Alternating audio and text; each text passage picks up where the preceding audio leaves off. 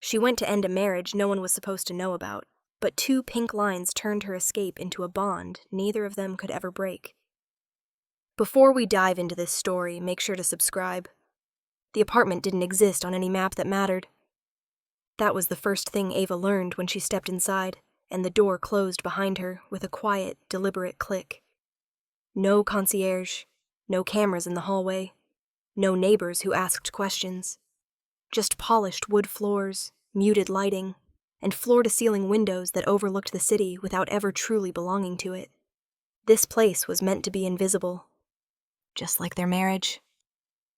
She slipped her coat off slowly, fingers stiff from the cold and from the weight of what she was about to say. Christmas lights glimmered faintly on the street below, cheerful and oblivious. A countdown to something hopeful, something she no longer felt entitled to. He stood near the window, back to her, dark suit perfectly pressed despite the late hour.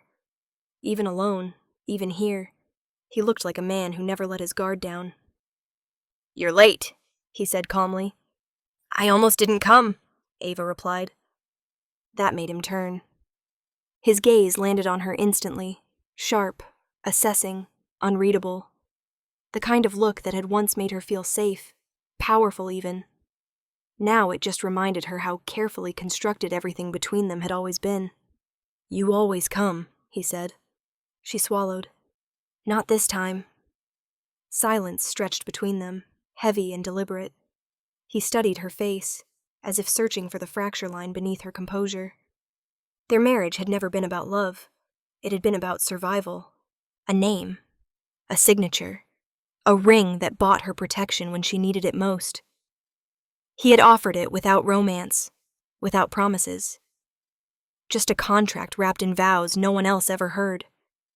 Married in secret. Hidden from the world. Temporary. At least that's what she'd told herself. "You said this would end before Christmas," Ava continued, forcing the words out before courage abandoned her. "That I'd get my life back." He didn't interrupt, didn't deny it. "That was the plan," he said quietly. "Plans change," she replied. "People don't always survive them." A flicker of something crossed his face, too quick to name. Annoyance, concern, maybe regret. "You were safe," he said. "That was the purpose." "And now I'm tired of hiding," she snapped. "Tired of being someone's secret, someone's liability." His jaw tightened. "You were never a liability." "Then why couldn't anyone know?" she demanded. "Why did I have to disappear every time you walked into a room?" "Because you mattered," he almost said. But he didn't. Instead, he walked closer, stopping just short of her, his presence filling the space between them. "Freedom has a price," he said evenly. "And silence was ours." Ava laughed softly, bitter. "I didn't realize silence would feel like erasing myself." She moved past him, pacing once, heart pounding. This was harder than she'd imagined. Ending something, even something false, still felt like a loss. "I want out," she said finally, the words trembling despite her resolve. "I want the marriage annulled, quietly, like you promised." The room seemed to still. He stared at her, eyes darkening, not with anger, but calculation. The same look he wore when deals unraveled and blood followed. "You chose this," he said. "I chose survival," she replied. "Not imprisonment." "You're not imprisoned. Then let me go." The city lights flickered behind him, casting shadows across his face. He was thinking several moves ahead, weighing consequences she couldn't see. "If you leave," he said slowly, "you walk away from my protection." "I know. And if you talk—" "I won't," she interrupted. "I never have." Another pause, longer this time. "You want freedom before Christmas," he said at last. "Yes." He nodded once. "Then we end it. Cleanly." Relief flooded her so fast it almost knocked her off balance. But then he added, quieter, sharper, "Tonight." Her breath caught. I need you to understand something, he continued. Once you walk out that door, there's no return. No safety net. No name to hide behind.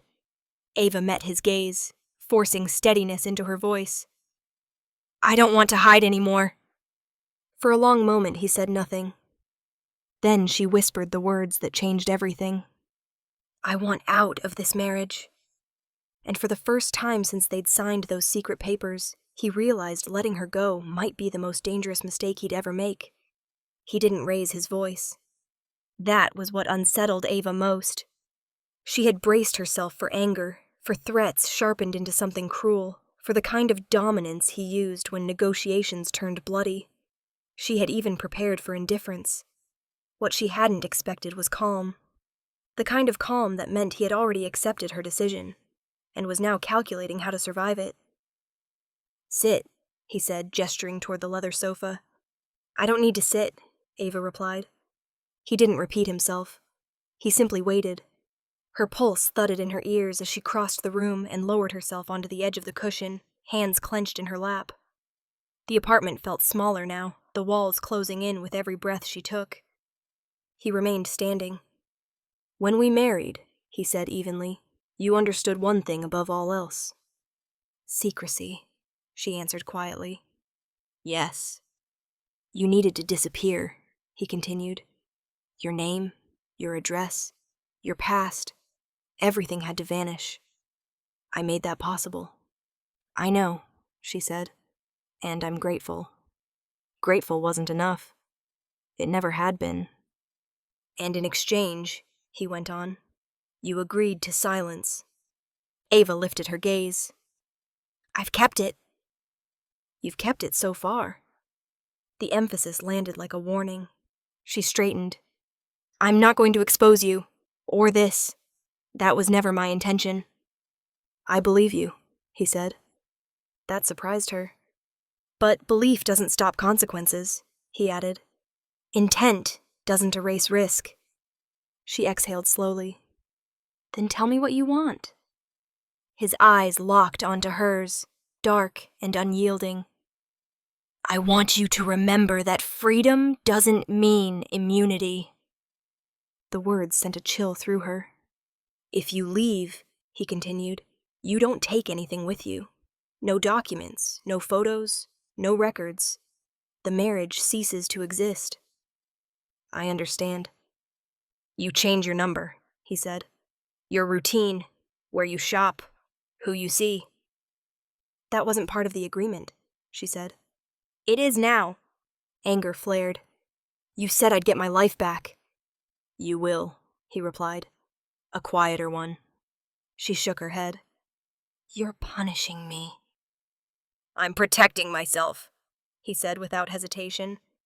And by extension, you. Ava laughed bitterly. You don't get to frame control as protection anymore. His gaze sharpened. You don't get to pretend my world stops being dangerous because you're tired of it. Silence fell, thick and heavy.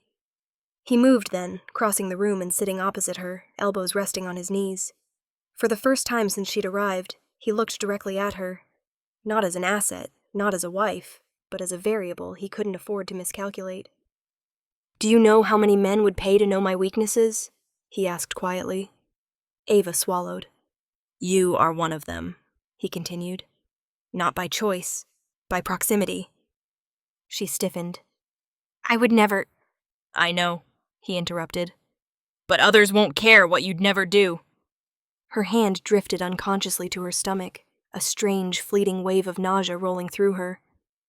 So what happens if I leave? She asked. His jaw tightened. You live. If you're careful. That's not an answer. It's the only honest one. She stood abruptly, needing space, air. You can't threaten me into staying. I'm not, he said. I'm warning you.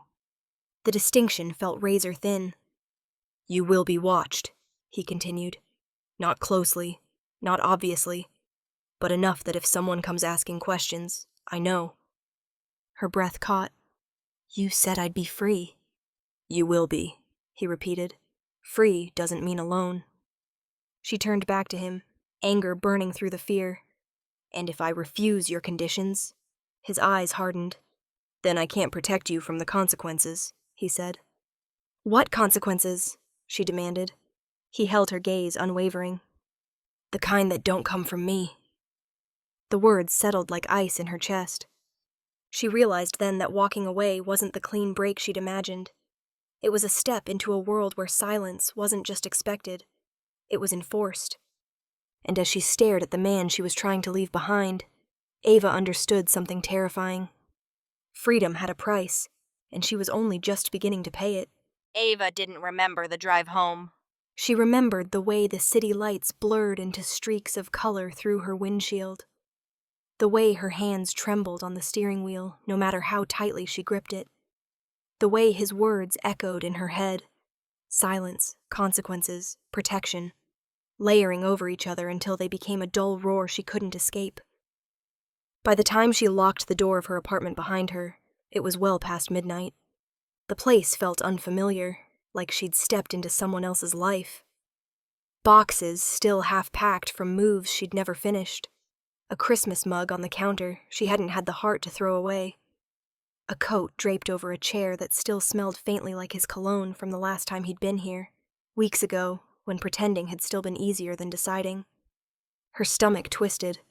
She pressed her palm flat against it, breathing slowly, trying to calm the sudden wave of nausea that rolled through her again. It wasn't the first time that night, or the second. "Get it together," she whispered to the empty room. Stress did strange things to the body. Anyone knew that. Sleepless nights, anxiety, the weight of walking away from the only protection she'd had for months. She kicked off her shoes and headed for the bathroom, splashing cold water on her face. Her reflection stared back at her, pale, eyes too bright, mouth drawn tight with a fear she hadn't named yet. Another wave hit her, stronger this time. Ava swallowed hard, gripping the edge of the sink as something cold and unmistakable slid down her spine. Number. She shook her head, almost laughing. This wasn't happening. It couldn't be. She'd been careful. She always was. The marriage had been strategic, controlled. Nothing reckless allowed to exist inside it. Not even feelings. But memory betrayed her. Late nights, locked doors. The way control sometimes slipped when silence pressed too hard. The way he'd looked at her the last time, like restraint was something he was choosing, not something he lacked. Her breath caught. The cabinet beneath the sink creaked open. She crouched, heart pounding, and stared at the small white box tucked behind cleaning supplies she rarely used. She'd bought it weeks ago. Not because she believed she needed it, but because some part of her had known. Because instinct was louder than logic, even when she refused to listen. Her hands shook as she opened the box. "This is ridiculous," she murmured. Still, she followed the instructions, mechanically, like she was operating outside her body, watching someone else make choices she didn't want to own yet. The seconds stretched impossibly long. She sat on the edge of the bathtub, elbows on her knees, staring at the stick resting on the counter like it might explode. Her heart hammered so violently she could hear it in her ears. "One line," she told herself. "Please." The timer beeped. Ava stood slowly, legs weak, and leaned over the counter. 2 pink lines stared back at her. Clear, undeniable, permanent. The room tilted. "No," she whispered. She pressed a hand to her mouth, tears blurring her vision as the truth crashed down on her with brutal force. This wasn't fear, or stress, or exhaustion. This was real. A life she hadn't planned for. A bond she hadn't consented to negotiate. A consequence far greater than silence. Her chest heaved as she sank to the floor, back against the cold tile, the test clutched in her shaking hand. Everything made sense now, the nausea, the dizziness, the way her body had betrayed her long before her mind was ready to catch up. She wasn't just walking away from a marriage. She was carrying his child. A sob tore free, sharp and panicked. She laughed through it, a broken sound that echoed off the bathroom walls. This changes everything. Her thoughts spiraled immediately, to danger, to enemies, to the way his world devoured weakness without mercy, to the way he'd looked at her tonight when she said she wanted out. Like letting her go was a calculation he hadn't finished. You can't disappear now, a voice inside her whispered. And worse, you can't lie. Ava dragged herself to her feet and stared at her reflection again. She looked the same. Nothing about her had changed on the outside, but her life had split cleanly down the middle. She turned off the bathroom light and stood in the darkness, the city humming faintly beyond her walls. Christmas lights blinked cheerfully outside her window, mocking her with promises of peace and endings. She wasn't free. Not anymore. Because no matter how badly she wanted to leave, no matter how much she feared what staying meant, she couldn't walk away without telling him. The apartment looked exactly the same. That was what unsettled Ava the most as she stepped inside hours later, her hands clenched so tightly around her coat straps that her fingers ached. Same muted lighting, same untouched glass on the counter, same city stretching endlessly beyond the windows like nothing in the world had shifted. But everything had. He stood near the table this time, jacket discarded, sleeves rolled back to reveal forearms marked faintly with scars she pretended not to notice. He didn't look surprised to see her again. That alone told her he'd expected this. "You came back," he said calmly. Her voice sounded steadier than she felt. Inside, panic clawed at her ribs, frantic and relentless. She'd rehearsed this 100 times in the car, on the elevator, in the hallway outside the door, but now that she was here, the words lodged in her throat like broken glass. He watched her closely, gaze flicking once, just once, to the way her hand hovered protectively over her stomach before she caught herself and dropped it. That was when his expression changed. "What happened?" he asked. She swallowed. "I need you to listen." "I am." Ava took a step forward, then stopped. She didn't sit, didn't pace. She needed to stay upright for this, needed to feel the ground beneath her feet. "I went home," she began. "I tried to forget tonight ever happened." His jaw tightened slightly. And I couldn't." Silence thickened the room. "I took a test," she said quietly. He didn't move. "I didn't plan to," she continued, words tumbling faster now that she'd started. "I didn't expect. This wasn't part of anything we agreed to. I was careful. I swear I was—" "Ava," he said sharply. She stopped. "What test?" he asked. Her fingers trembled as she reached into her coat pocket and pulled out the small white stick, holding it like it might burn her skin. She didn't cross the room. She just held it up, letting the distance speak for itself. 2 pink lines. For a long moment, he didn't react. The world seemed to hold its breath. Then he took a single step forward. Another. He stopped an arm's length away, eyes fixed on the test like it was a weapon pointed at his chest. His face went completely still, every trace of emotion draining away until he looked carved from stone. "Say it," he said. "I'm pregnant," Ava whispered. The words echoed softly in the room. Something fractured behind his eyes. Not panic, not anger. Calculation, colliding violently with something raw and unguarded. "That's not possible," he said. "I know it shouldn't be," she replied. "But it is." He turned away abruptly, dragging a hand through his hair as if trying to physically shake the thought loose. He paced once, then stopped near the window, staring out at the city like it had just betrayed him. An heir. The word didn't need to be spoken to fill the space. "You understand what this means," he said finally. "Yes," she said. "That's why I'm here." He faced her again, eyes dark now, sharpened with something dangerous. "This doesn't just affect you. Or me. This changes everything." "I know."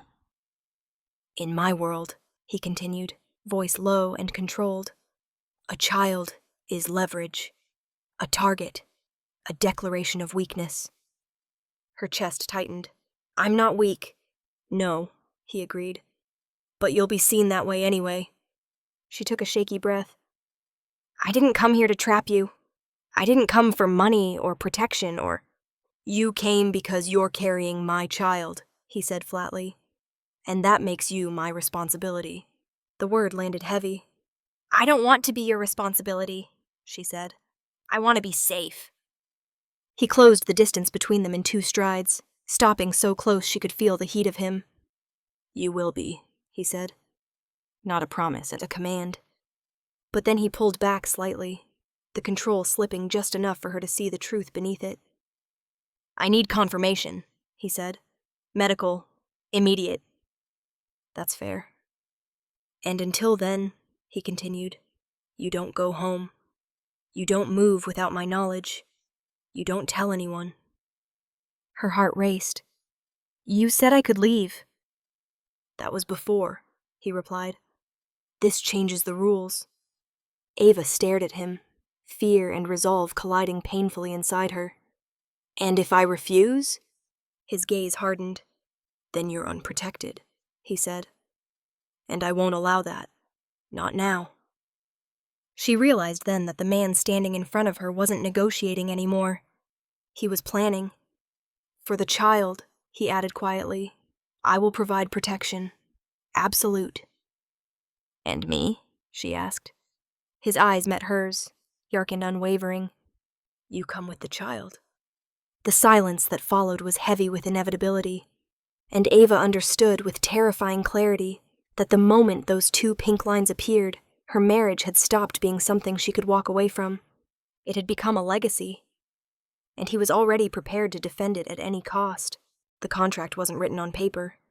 Ava realized that the moment he closed the door behind them and the lock slid into place with a soft, final sound, the apartment no longer felt like neutral ground. It felt like a command center, quiet, controlled, and waiting for orders that would ripple far beyond these walls. He poured himself a drink, but didn't offer her one. That, more than anything, told her how serious this was. Our marriage can't end, he said, turning back to her. The words landed without ceremony, no softness, no apology. Just truth, delivered the way he delivered everything else.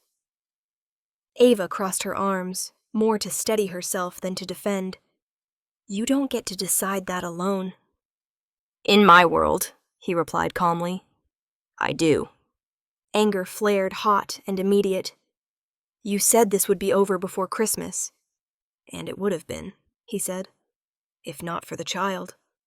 Her hand drifted again to her stomach, instinctive now, impossible to stop. The reality of it still felt unreal, like something happening just slightly outside her body. You don't get to use the baby as leverage, she said. I'm not, he replied. My enemies will. Silence stretched between them, thick with implications she didn't want to fully imagine. You think secrecy will protect us? She said. It didn't before. No, he agreed. That's why secrecy ends. Her breath caught. What? Our marriage becomes known, he continued, voice steady.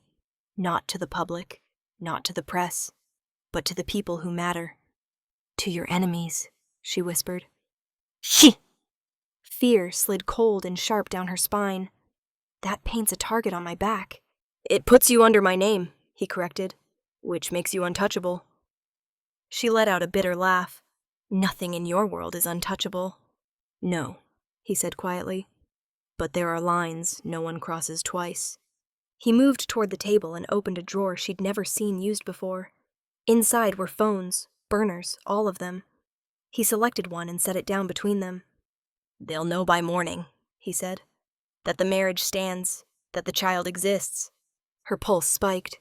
You're announcing my pregnancy? I'm announcing a future, he replied. One that makes you off limits. Ava stared at the phone like it was a loaded weapon. And if I don't agree? He looked at her then, really looked. Eyes dark, expression stripped of anything but brutal honesty. Then you walk out that door, he said, and every man who wants leverage against me will see you as an opportunity. The words weren't a threat. They were a fact. Her chest tightened painfully. You're trapping me. I'm anchoring you, he said. There's a difference. You're asking me to stay married to a man I tried to leave, she shot back. I'm telling you that leaving is no longer an option, he replied. The finality in his voice sent a chill through her. You talk about contracts, she said hoarsely. About agreements. Where is my choice in this one? He stepped closer, stopping just short of her space. Your choice was when you came back and told me the truth. Her throat burned.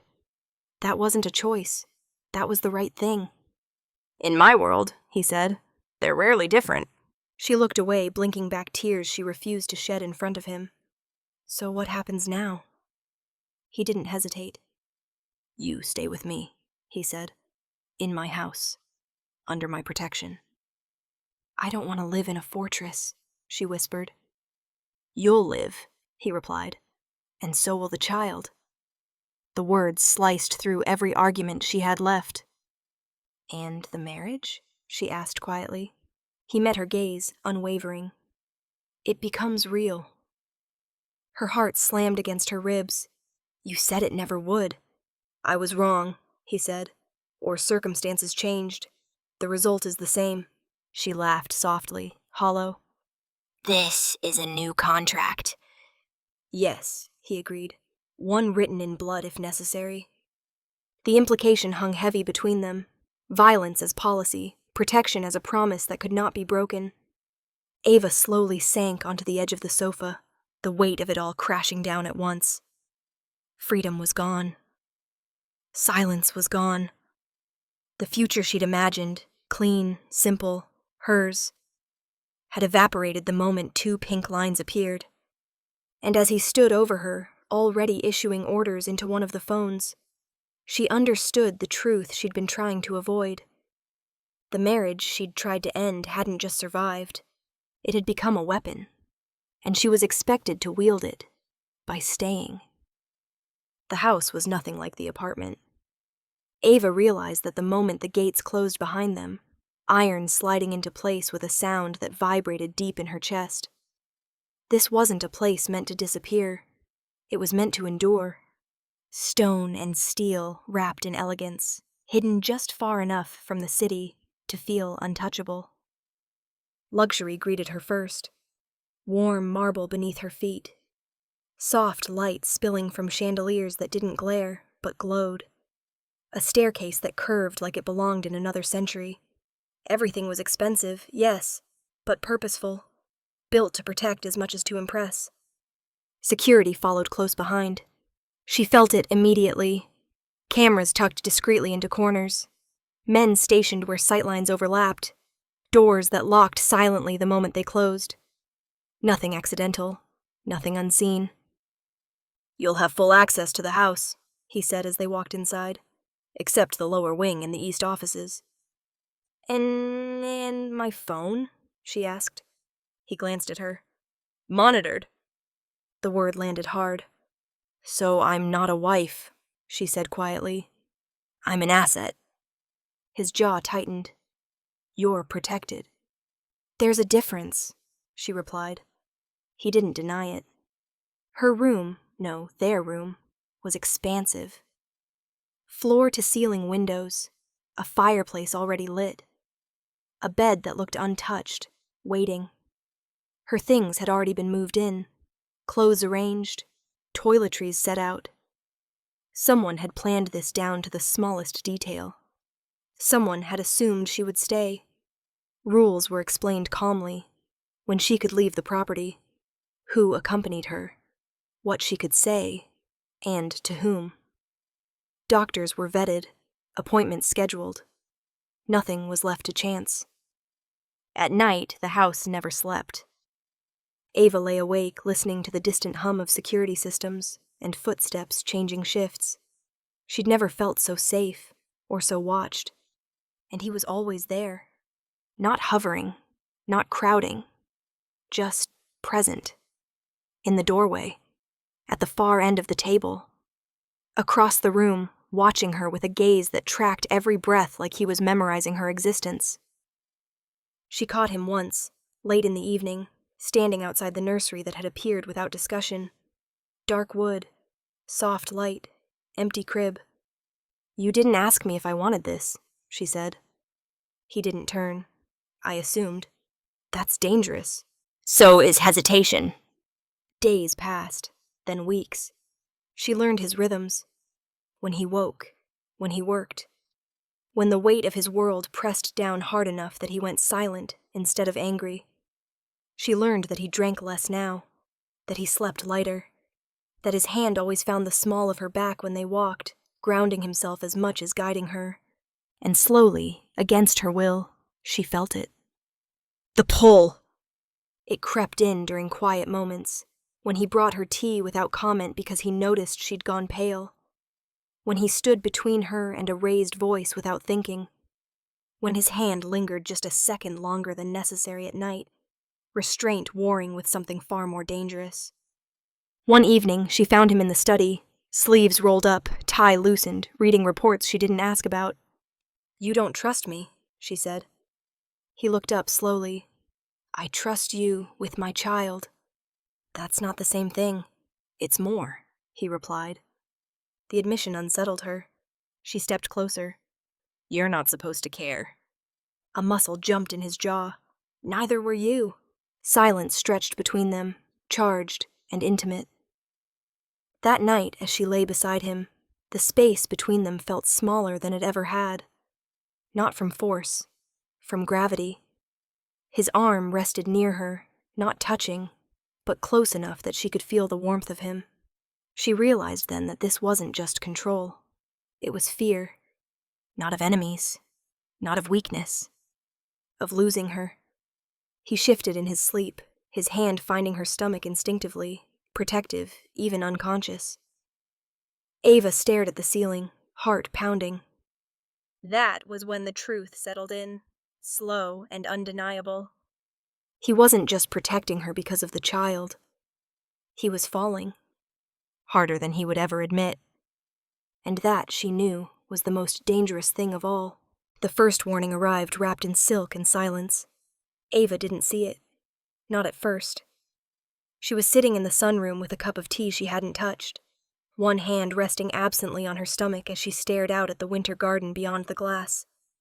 Snow dusted the hedges in careful lines.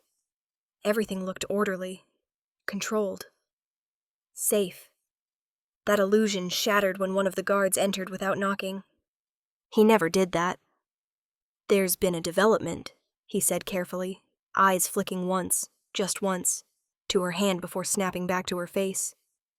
Her pulse spiked. What kind of development? That! Before he could answer, the door behind him opened and her husband stepped in, coat still on, expression carved from something cold and lethal. Leave us, he said. The guard obeyed immediately. Ava stood.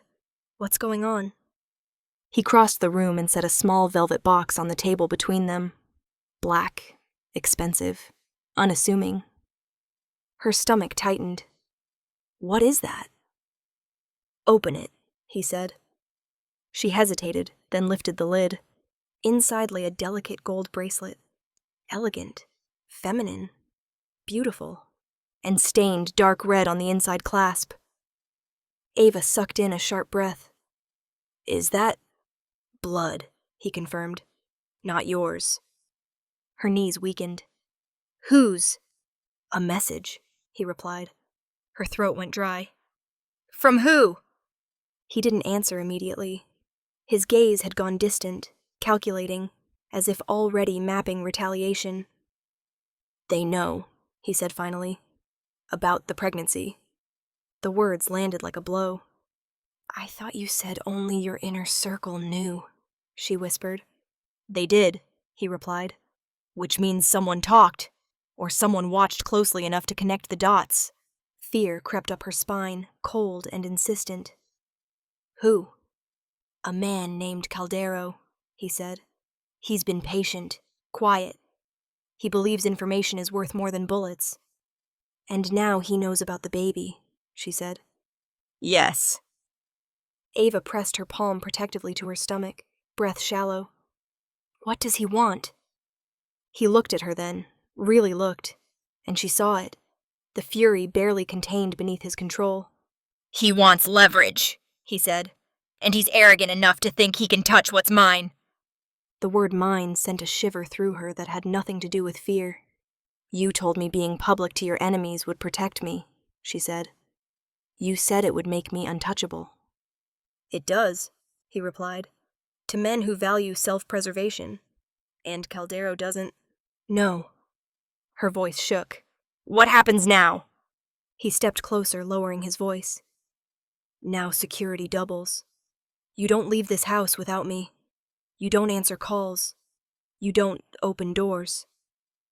I already don't, she said. That wasn't strict enough, he replied. Anger flared through the fear. You can't lock me away. I can, he said calmly. And I will if it keeps you alive. Before she could argue, a sharp crack split the air. Glass exploded inward. Ava screamed as something slammed into the wall inches from where she'd been standing moments before. Her husband moved instantly, grabbing her and dragging her down behind the heavy table as another shot rang out. Gunfire. Not distant, not theoretical. Real. Down, he barked, covering her body with his own. Her heart pounded wildly as alarms screamed through the house, guards shouting into radios, boots thundering down hallways. Another shot shattered a window, spraying glass across the floor. They're inside the perimeter, someone yelled. Ava clutched his coat, shaking violently. Oh my God! His body went rigid above her, fury radiating off him like heat. Stay with me, he said, voice deadly calm. Do not let go. More shots echoed, closer now. He lifted her without warning, cradling her protectively as he moved through the chaos, guards flanking them, guns raised. The world blurred into noise and motion and terror. A shot rang out again. Something tore past them. Ava screamed as pain exploded in her shoulder. Not a bullet, but shrapnel, burning hot and sharp. Blood. Her blood. He roared her name, a sound she'd never heard from him before. Raw, animal, stripped of all control. The last thing she saw before darkness closed in was his face above hers, eyes wild with fear and rage, and the terrible certainty that her pregnancy had turned her into a target. The world came back in fragments. Ava was dimly aware of movement first, being carried, voices overlapping, the sharp smell of antiseptic cutting through smoke and blood. Pain pulsed dully in her shoulder, distant and surreal, like it belonged to someone else. Her body felt heavy, unresponsive, wrapped in something warm and tight. His arms. That much she knew without opening her eyes. Stay with me, he was saying, over and over. The words weren't commands anymore. They were pleas, raw and unfiltered, torn from a place she'd never heard him speak from before. I'm here, she tried to say, but it came out as a breath. His grip tightened, careful not to hurt her, but desperate enough that she felt his fear vibrating through him. The car doors slammed.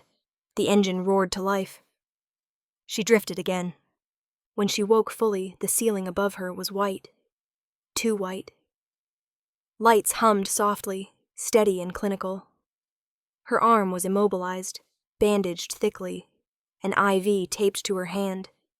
A hospital room. She turned her head slowly. He was there. Sitting beside the bed, suit rumpled, blood dried dark at the cuff of his sleeve. His tie was gone. His hair disheveled in a way she'd never seen. He looked undone. Relief flooded his face the moment her eyes opened. You scared me, he said hoarsely. The admission stole her breath. I'm sorry, she whispered. His jaw tightened. Don't. He stood abruptly, pacing once like a man fighting the urge to destroy something, then stopped at the window, staring out at the city as if daring it to try again. They knew, he said quietly. They knew where to look. Silence didn't protect you. Ava swallowed. The baby? He turned instantly. Fine, he said. No trauma, no risk. Her breath shuddered out. Tears burned behind her eyes. He crossed back to her, lowering himself into the chair again. Hands braced on his knees, like he was holding himself together by force of will. I miscalculated, he said. I thought keeping you hidden would keep you safe. And now? She asked softly. Now I do whatever it takes, he replied. Openly. She studied him, seeing something different beneath the steel. Fear, yes, but also resolve sharpened into something final. They won't stop, she said. No, he agreed. So I will. Madden. She reached out with her good hand and touched his sleeve. The contact felt electric. You don't have to do this alone, she said. His eyes lifted to hers, dark and unguarded. I already tried that, he said. It almost cost me everything. Silence settled between them, thick with truths that had been circling each other for weeks. You were right, he continued, about the difference between being protected and being owned. Her heart skipped. I thought control was the same thing, he admitted. I thought if I kept you close enough, nothing could touch you. And now? She asked. Now I know that control doesn't stop bullets, he said quietly. Love does. The word hung between them, heavy and irreversible. She searched his face. You never said. I didn't plan to, he interrupted. This was supposed to be temporary, strategic, contained. He swallowed hard. But somewhere between the contract and the fear of losing you, he said, voice breaking just slightly, the marriage stopped being fake. Ava's breath caught painfully. I didn't realize it until I thought you were dying in my arms, he continued. And all I could think was that I didn't care about strategy, or reputation, or enemies. His hand closed over hers, warm and steady. I only cared about my family. Tears slid silently down her cheeks. He brushed them away with his thumb, gentle in a way that undid her. I'm done hiding you, he said. I'm done pretending this is anything less than real. Her heart pounded. What does that mean? It means, he said, eyes locking onto hers, that from this moment on, you stand beside me, publicly, as my wife, as the mother of my child. Fear flickered, but it was drowned out by something stronger, belonging. And as he leaned down, pressing his forehead to hers, Ava knew the line they'd crossed couldn't be uncrossed. The marriage wasn't a secret anymore. It was a declaration. The choice came quietly. Not with threats or raised voices or contracts slid across a table. It came in the early hours of the morning, when the hospital corridor was still and the world outside the window looked deceptively peaceful. Ava sat propped against pillows, her arm aching dully, her body exhausted in a way that went deeper than bone. The monitors hummed softly beside her bed. Somewhere down the hall, a cart rolled past. Life went on, indifferent to how close she'd come to losing hers. He stood near the window, phone pressed to his ear, voice low and controlled, as he issued instructions she didn't ask to hear. Security arrangements. Names she didn't recognize. Orders that carried weight far beyond this room. When he ended the call, he didn't turn right away. You can still disappear, he said finally. The words surprised her. He faced her then, expressions stripped of command, of authority. Just a man standing on the edge of something he couldn't force. I'll arrange it, he continued. A new identity, another country, no trail, no connection to me. Her chest tightened. And you? I stay, he said. I end this, completely. And the baby? His jaw flexed. Protected, always. From a distance, if that's what it takes. Ava studied him, really studied him, and saw the cost of what he was offering. Letting her go wouldn't be strategy. It would be sacrifice. And if I don't disappear? She asked. Then you stand beside me, he said. Publicly. As my wife. No more shadows. Fear flickered through her. She didn't deny it. The world he lived in didn't forgive mistakes. Being seen meant being known. Being known meant being targeted. You won't trap me, she said quietly. I won't, he replied without hesitation. If you choose to leave, I'll never come looking. The promise landed heavy. She closed her eyes for a moment, letting the truth settle. The version of herself who'd walked into that private apartment days ago had wanted freedom more than anything. Silence felt like survival. Distance felt like safety. Now she knew better. I spent so long trying to escape this marriage, she said softly, because I thought it was the thing putting me in danger. He said nothing, just listened. But running didn't stop the threat, she continued. It just made me alone inside it. Her gaze drifted to the window, to the city below that didn't know her name, didn't know what she'd endured.